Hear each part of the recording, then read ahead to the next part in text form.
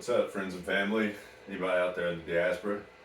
I come to you today as a watchman. My name's Andrew Clemens, and I want to show you some things that I found out that aren't true within our churches.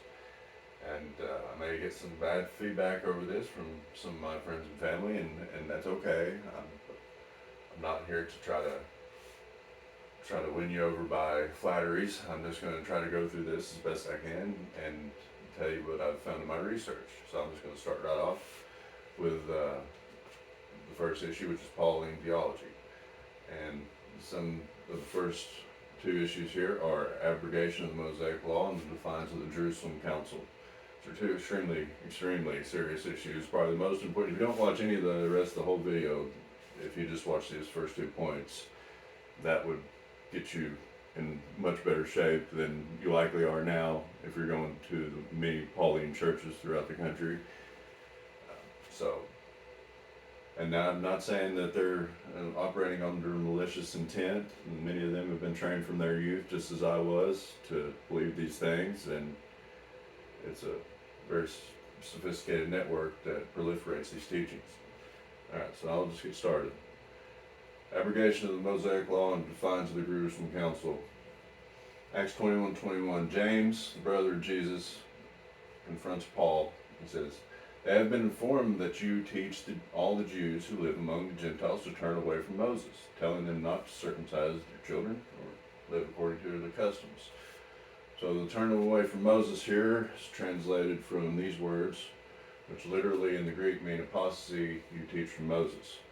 We see here in Galatians 5:1-6, Paul says that, let's read the whole thing. It says, "It was for freedom that Christ set us free, therefore keep standing firm and do not be subject again to a yoke of bondage." And he references this yoke of bondage in different verses in his epistles, and he's talking about the Mosaic Law, Ten Commandments in particular, moral law. And so Paul says, "Behold, I, Paul, say to you, if you receive circumcision, Christ will be of no benefit to you. And I testify again to every man who receives circumcision that he is under obligation to keep the whole law. You have been severed from Christ, you who are seeking to be justified by the law. You have fallen from grace. For we through by the Spirit by faith are waiting for the hope of righteousness. For in Christ Jesus neither circumcision nor uncircumcision means anything." So Paul here is abandoning the customs and law of circumcision of Jewish children, which has been in place since God gave the law to Abraham.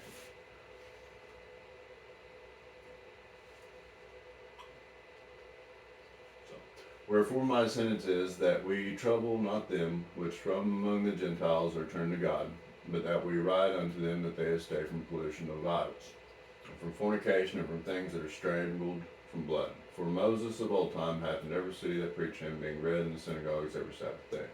So this is the Jerusalem Council. It's in Acts 15. Paul comes from wherever he was to the Jerusalem Council to attend it, to try to resolve some issues that are being had in the church. And the ruling from James, the brother of Jesus, and the other elders, 12 apostles, presumably, is that they're to abstain from pollution of idols. It's part of the ruling. And here we see Paul defying the Jerusalem Council decision by stating that some people are still so accustomed to idols that when they eat sacrificial food, they think of it as not having been sacrificed to a god, or they think of it as having been sacrificed to a god. And since their conscience is weak, see, he makes it an issue of conscience rather than divine command from God, and it is defiled. But food does not bring us near to God. We are no worse if we do not eat, no better if we do. So he's advocating allowing eating meat sacrificed to idols here, which is very serious, and we'll see why in this slide. Now, I'll warn you, there's a pure discretion on this slide. In the next slide, that it's a little bit brutal, extremely brutal. I won't say a little bit brutal, but it's very brutal. And if anybody is squeamish or you're young, you may want to skip over this next couple slides. So on the 25th, and this is from the book of Maccabees, chapter 1, 59 through 64. It says, on the 25th day of each month, the king's followers offered sacrifice on the altar they put on top of the temple altar. They followed orders and murdered any Jewish mother who let her son be circumcised. Antiochus even told the troops, hang the baby around his mother's neck and kill the whole family as well as the man who circumcised the baby. Many Jews firmly made up their minds never to eat what their religion said was unclean, and they chose to die rather than eat forbidden food and break the agreement God had made with them, the agreement that was eternal for all generations. Okay, so, and they knew that, and they were going to break it. Many of them died, and the nation suffered terribly, and it truly did. It was under the rule of the Seleucid Empire. Antiochus IV was the king at the time. Each month, when the king's birthday was celebrated, the Jews were compelled by brute force to eat the intestines of sacrificial animals. So not just animals, the intestines of the sacrificial animals, or they'd be put to death in a brutal fashion. Then during the festival, in honor of the wine god Dionysius, they were required to wear ivy wreaths on their head and march in procession. On the advice of Ptolemy, the neighboring Greek cities were also instructed to require Jews to eat the sacrifices. They were told to put to death every Jew who refused to adopt a Greek way of life. It was easy to see that hard times were ahead. For example, 2 women were arrested for having their babies circumcised. They were paraded around the sea with their babies hung from their breasts, and then they were thrown down from the city wall. So this is the brutality that they experienced. And if an unbeliever, this is Paul again, Paul coming back in there, and he says, and if an unbeliever invites you to a meal and you want to go, eat whatever is put before you without raising questions of conscience. But if someone says to you, this has been offered in sacrifice, then do not eat it, both for the sake of the one who told you, and for the sake of conscience. I'm referring to the other person's conscience, he says, not your conscience. For why is my freedom being judged by another's conscience? So Paul is saying that he's free to eat meat sacrificed to idols, if he so pleases, as long as it's not an offense to the other individual who thinks he's not supposed to eat it. If I take part in the meal with thankfulness, why am I being denounced? Because it's something I thank God for. Well, because it's against the Mosaic law, and people had to go to their death trying to defend that command. We see here in Revelations 2:14, Jesus, speaking to the Apostle John, says, but I have a few things against thee. And he's referring to the church, I can't remember the church in particular, but it's the 7 churches in Asia, and one of them in particular. He's saying, I have a few things against thee, but thou hast there them that hold the doctrine of Balaam, who taught Balak to cast a stumbling block before the children of Israel, to eat things sacrificed unto idols. So Jesus is lamenting these churches, allowing people to hold the doctrine of Balaam, which is to eat meat sacrificed to idols and commit fornication, which is against the ruling of the Jerusalem Council in Acts 15 that I showed you a minute ago.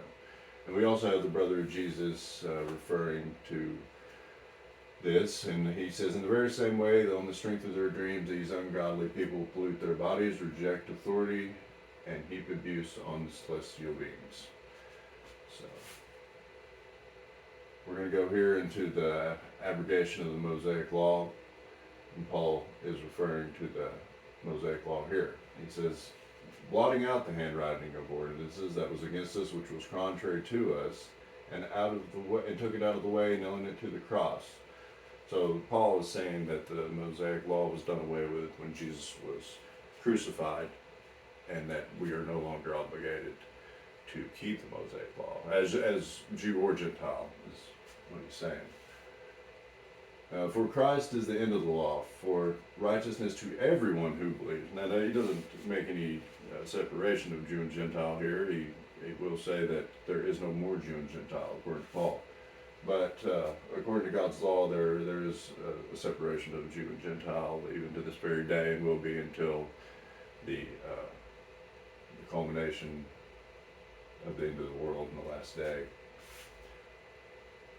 And he has qualified us as ministers of a new covenant, not of the letter, but of the Spirit, for the letter kills, Paul says. But the Spirit gives life.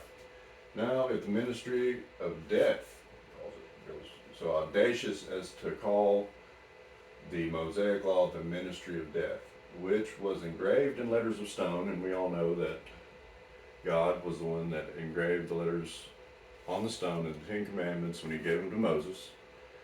Moses came down and cast the stones and broke them because he was mad about the Israelites committing fornication and abominable acts and worshiping the calf that they had Aaron cast out of molten gold. And but here Paul calls the Ten Commandments the ministry of death. And it says, it came with such glory that the Israelites could not gaze at the face of Moses because of its fleeting glory. So he equates the law of Moses as being fleeting due to the face of Moses, the glowing that Moses came down with off the mountain being fleeting in its glory. It's a false equivocation. Alright, so I have a quote here from author Douglas Del Tondo, which I find very helpful to really sum it up here in a concise fashion. It says, if we were to cite Paul's condemnations of the law in one string, the point is self-evident that Paul abrogated the law for everyone. See Ephesians 2:15, setting aside in his flesh the law with its commandments and regulations. Colossians 2:14, having blotted out the bond written in ordinances that was against us, which was contrary to us. He hath taken it out of the way, nailing it to the cross. 2 Corinthians 3:14, he calls it the Old Covenant. Galatians 5:1 calls it the yoke of bondage. Romans 10:4, he says Christ is the end of the law. 2 Corinthians 3:7, law of death. 5:1 Galatians, he says it entangles. In Colossians 2:14-17, he calls it a shadow. Romans 3:27, the law of works. Romans 4:15 says it works wrath. 2 Corinthians 3:9, the ministration of condemnation, and so forth. Now we have Jesus in the Sermon on the Mount here saying the exact opposite of what everything Paul just said. So this is probably the most important part of the whole video to pay attention to, because the Lord himself is telling us not to stop obeying the law and the Ten Commandments here. So extremely important. Think not that I am come to destroy the law or the prophets. I am not come to destroy the law, but to fulfill. For verily I say unto you, till heaven and earth pass, one jot or one tittle shall in no wise pass from the law, till all is fulfilled. Last time I checked, heaven and earth was still here. We're still here, and I'm making this video on earth. And it has not passed away. The Lord has not returned. Therefore, we shall know nothing shall pass from the law. We still have to keep it. So obligated to keep it. And I'll go on to verse 19. It says, whosoever therefore shall break one of the least commandments and shall teach men so, he shall be called the least in the kingdom of heaven. But whoever shall do and teach them, the same shall be called great in the kingdom of heaven. So Jesus is saying you'll be great in the kingdom of heaven if you keep the commandments. Or you could be called least by those that are in the kingdom of heaven. And I would like to live for eternity, guys. I know that I'd like to see you guys live for eternity too, so that we could go and work for the Lord and get to enjoy eternity with him. How great would it be that all the wicked would be done away with? And in a short while, the wicked will be done away with. It's in just a very short while. Matthew 19:17 says, and he said unto him, Why callest thou me good? There is none but one, that is God. But there's none good but one, that is God. But if thou wilt enter into life, keep the commandments. Lord's speaking to the rich young ruler here that asked him how he might be justified. He says, if thou wilt enter into life, keep the commandments. Matthew 7:21 refers to workers of lawlessness who say to him, Lord, Lord, but it will declare to them on the last day that he never knew you. Depart from me. And that's anybody that works lawlessness, and lawlessness is abrogation of the Mosaic law. And for the Gentile, it's obligation to keep the Ten Commandments, do works worthy of repentance, and help the poor and needy. And Revelations 22:14-15 says, "Blessed are they that do his commandments, that they may have the right to the tree of life, and may enter into the gates into the city. For without are dogs and sorcerers, and whoremongers, murderers, and idolaters, and whosoever loveth and maketh a lie." So he's saying that outside the city gates are even those that love a lie and believe the deception. And hereby we do know that we know him if we keep his commandments. He says, he that says, "I know him," and keeps not his commandments is a liar, and the truth is not in him. But whoso keeps his word, in him verily is the love of God perfected. Hereby know we that we are in him. Very strong words from the Apostle John, one of my favorite verses. 1 John 5:3 says, "For this is the love of God, that we keep his commandments, and his commandments are not grievous." There's 10 of them written in stone that we absolutely must keep. Some other laws that we must keep will be in Leviticus as well.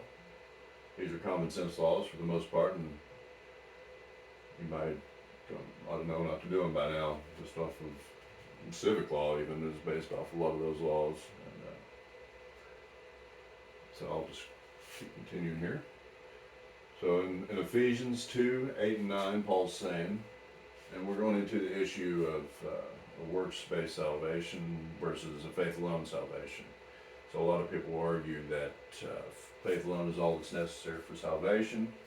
To be saved, all you have to do is believe in the Lord, believe what he said, and have faith in him and trust his work to deliver you on Judgment Day. Kind of like it's grabbing hold of Jesus' coattail, riding Jesus' coattail. It's faith alone salvation. But the fact of the matter is that we cannot ride Jesus' coattail. We have to take up our own cross and perhaps be scrutinized harshly as Jesus was, go into the public arena around the multitude and approach them, even though we may be fearful of them. We still must do those things like Jesus did, and we must do them to be his disciple. He says, "If you continue on in my teachings, then you're truly my disciple."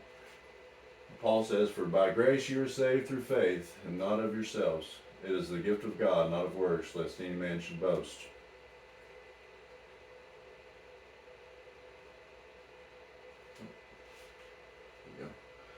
So I'm going to go to the parable of the sheep and the goats, which refers to the good works that are required for salvation. "Then shall they also answer him, saying, Lord, when we saw thee and hungered, or athirst, or a stranger, or naked, or sick, or in prison, and did not minister unto thee? Then shall he answer them, saying, Verily I say unto you, inasmuch as you did it not to one of the least of these, you did it not to me. And these shall go away into everlasting punishment, but the righteous into life eternal." So Jesus is saying that if we do not help those that are hungered or thirst, or a stranger, or naked, and sick, or in prison, then our fate is as of the goats it seems. So I don't want to be like a goat. And if by grace, then it is no longer of works. Otherwise, grace is no longer grace. So Paul's saying that good works not necessary for salvation. No, I don't think that's true, guys. I think that good works are necessary for salvation, or Jesus wouldn't have shown us the parable of the sheep and the goats, which is undeniable that we must do good works and help the poor, the needy, and people that are homeless and hurting and needing help, needing spiritual help. Even unless we do that, then we're likened unto the goats.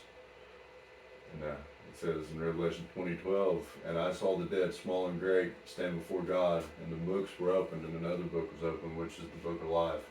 And the dead were judged out of those things which were written in those books, according to their works."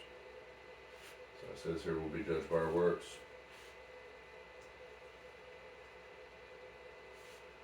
Matthew 16:27, for the Son of Man shall come in the glory of his Father with his angels, and then he shall reward every man according to his works.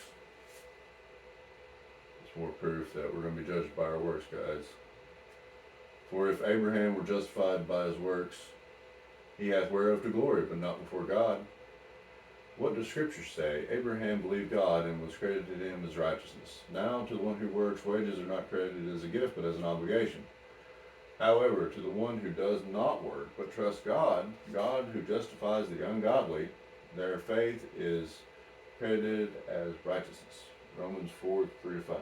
And he's so audacious as to say, God who justifies the ungodly. Here, guys. Let me go a drink of water.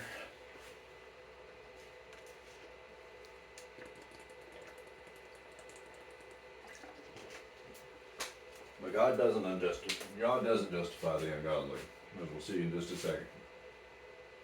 So I've compartmentalized this whole statement from Paul in Romans 4:3-5 into 3 issues. First issue being that we're justified by, he's asking the question if we're justified by works or not. So that's the first issue. The second issue is if we have anything to glory of, if we are justified, if our works are anything to glory of, essentially. And then the third issue being does God justify the ungodly?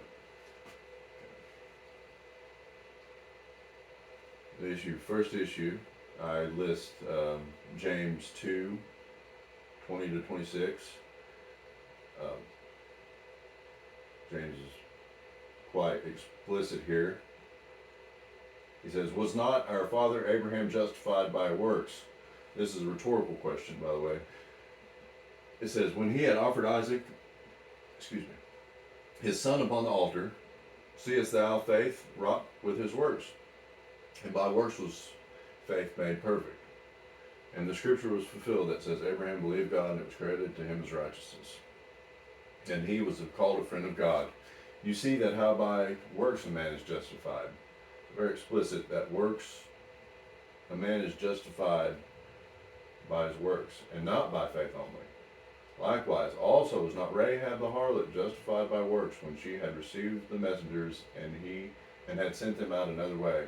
For the body without the spirit is dead, so faith without works is dead also. In Nehemiah 9:7-8 is referring to God speaking to Abraham. And he says, thou art the Lord, the God who did choose Abram, and broughtest him forth out of Ur of the Chaldees, and gavest him the name of Abraham, and foundest in his heart faithful before thee, and made a covenant with him to give him the land of the Canaanites, the Hittites, the Amorites, the Perizzites, the Jebusites, and the Girgashites, to give it, I say, to his seed. And thou hast performed thy words, for thou art righteous. And as you can see here, Nehemiah says that God is righteous. Same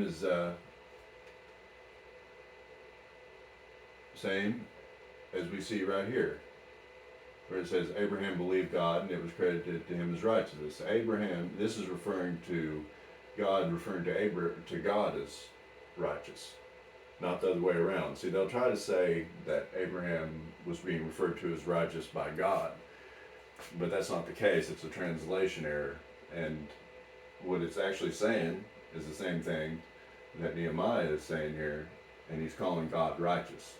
And Abraham was saying that God was righteous, believing God, he credited to God as righteousness for giving him the promise that his seed would be as numerous as the sand on the seashore, or the stars in the sky.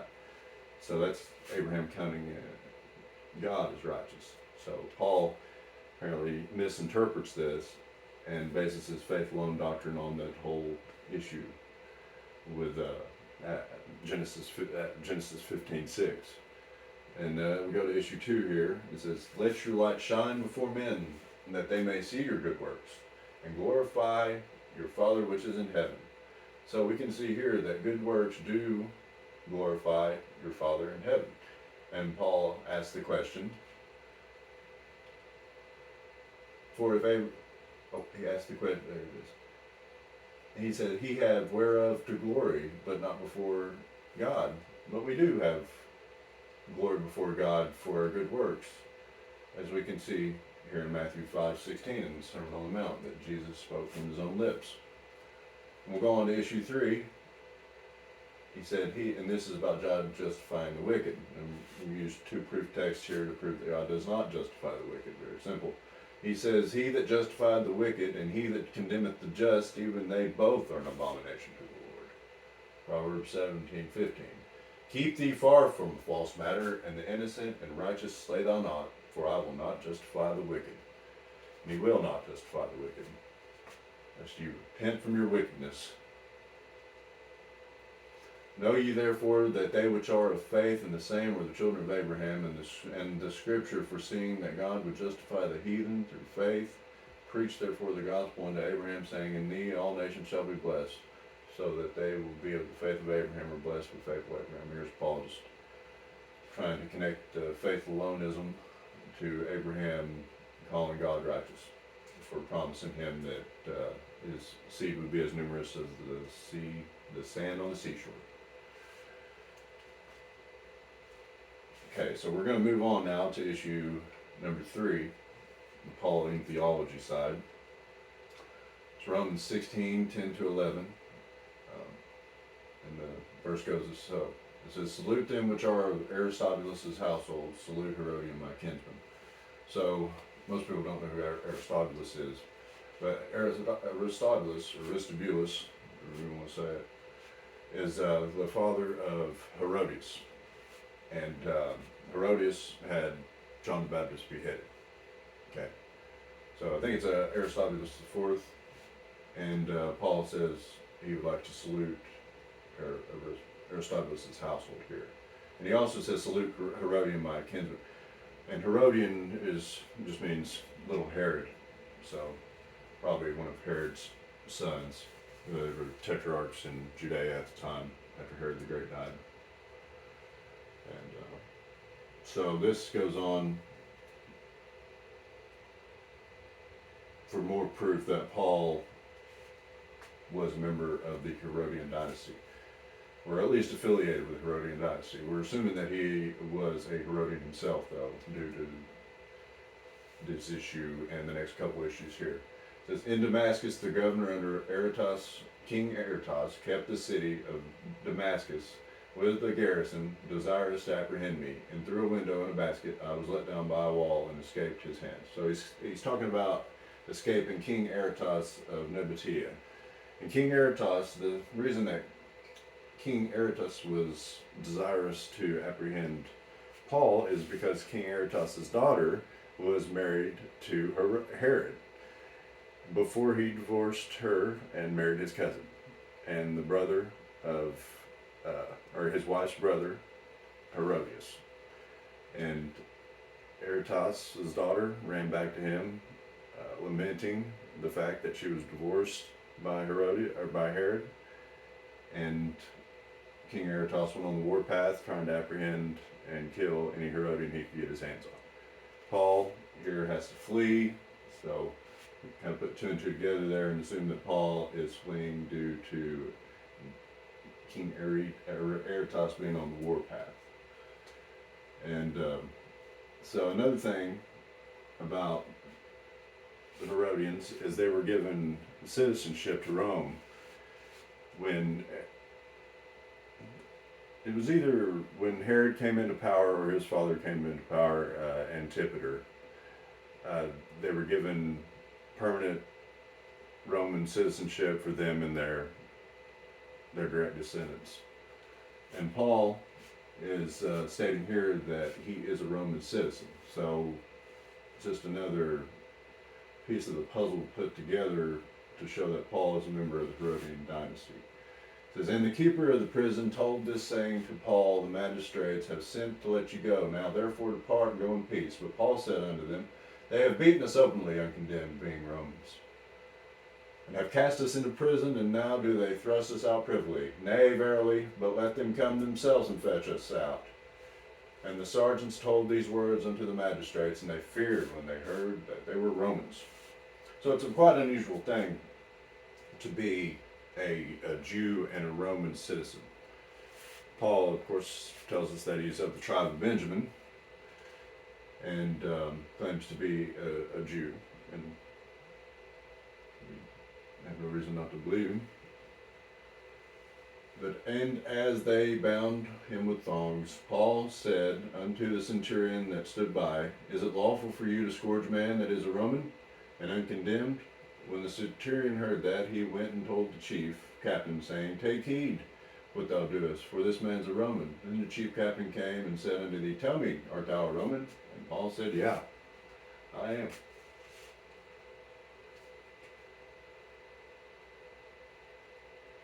So this is Matthew 14, 6 to 12.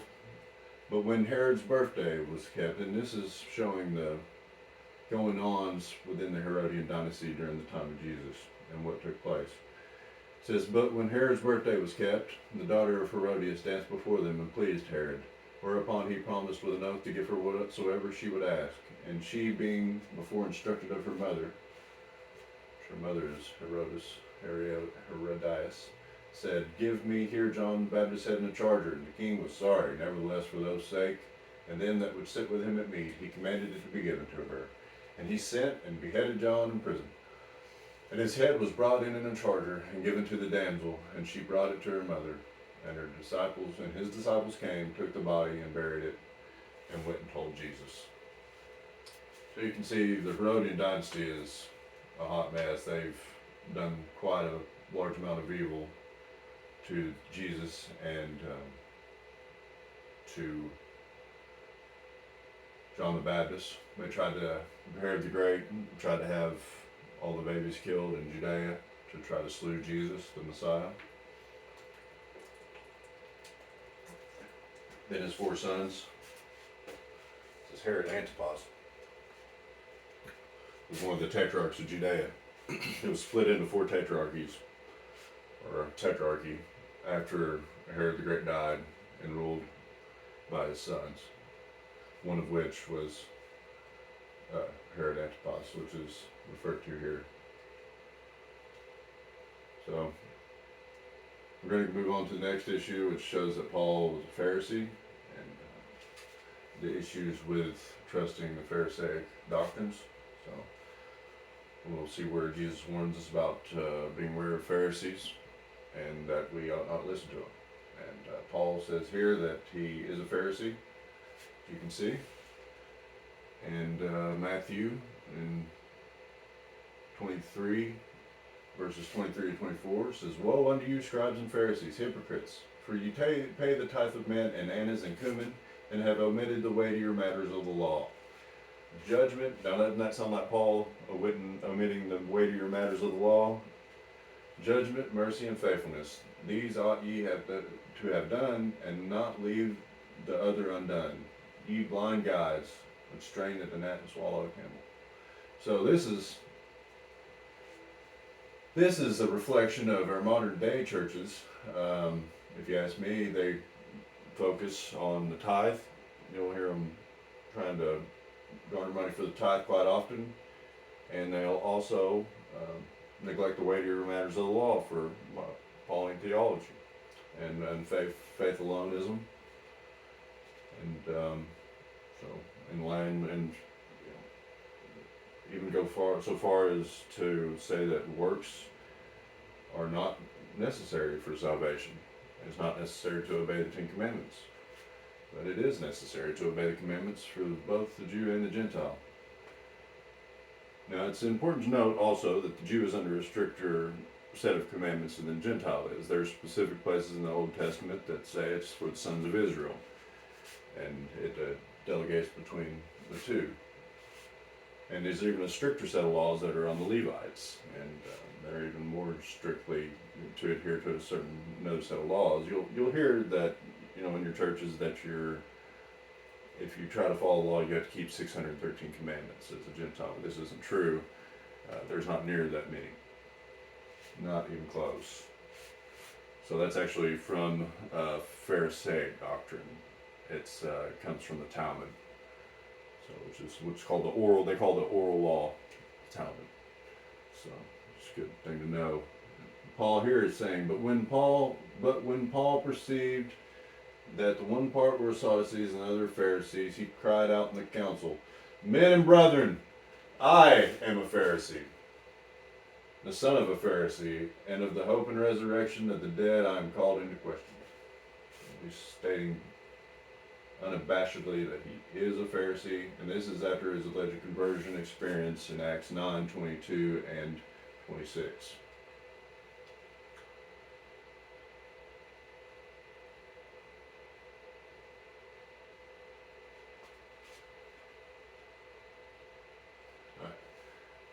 Matthew 23 here, Jesus really gives it to the Pharisees, and I thought it'd be good to share. But woe unto you, scribes and Pharisees, also the scribes as well.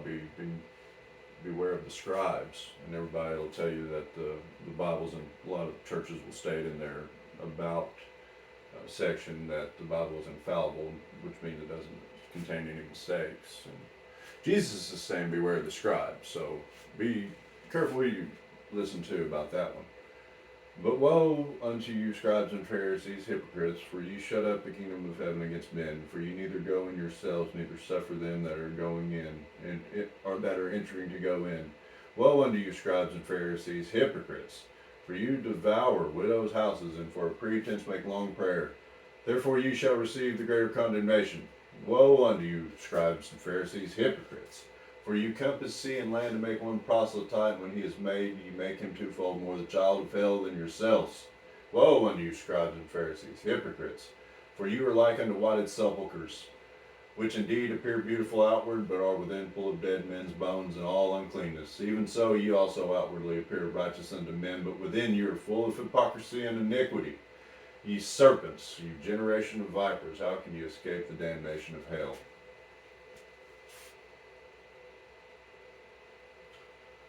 He goes on to say in Luke 12:1, he began to say to his disciples, first of all, he says, beware of the leaven of the Pharisees, which is hypocrisy.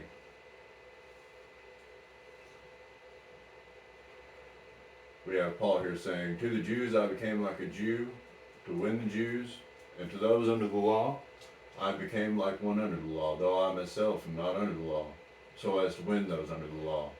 To them that are without the law, as without the law, being not without the law to God, but under the law to Christ, which never goes on to elaborate what he means by the law to Christ, that I might gain them that are without the law. Hey, little baby. Doggo here, one of God's fine creatures.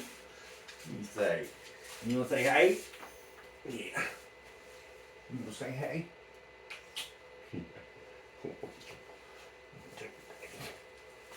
Oh boy. You're gonna be a star. Look at you. You're your daddy. Yeah, he's trying to help the Lord. He's trying to help the Lord. Yeah. Come on now.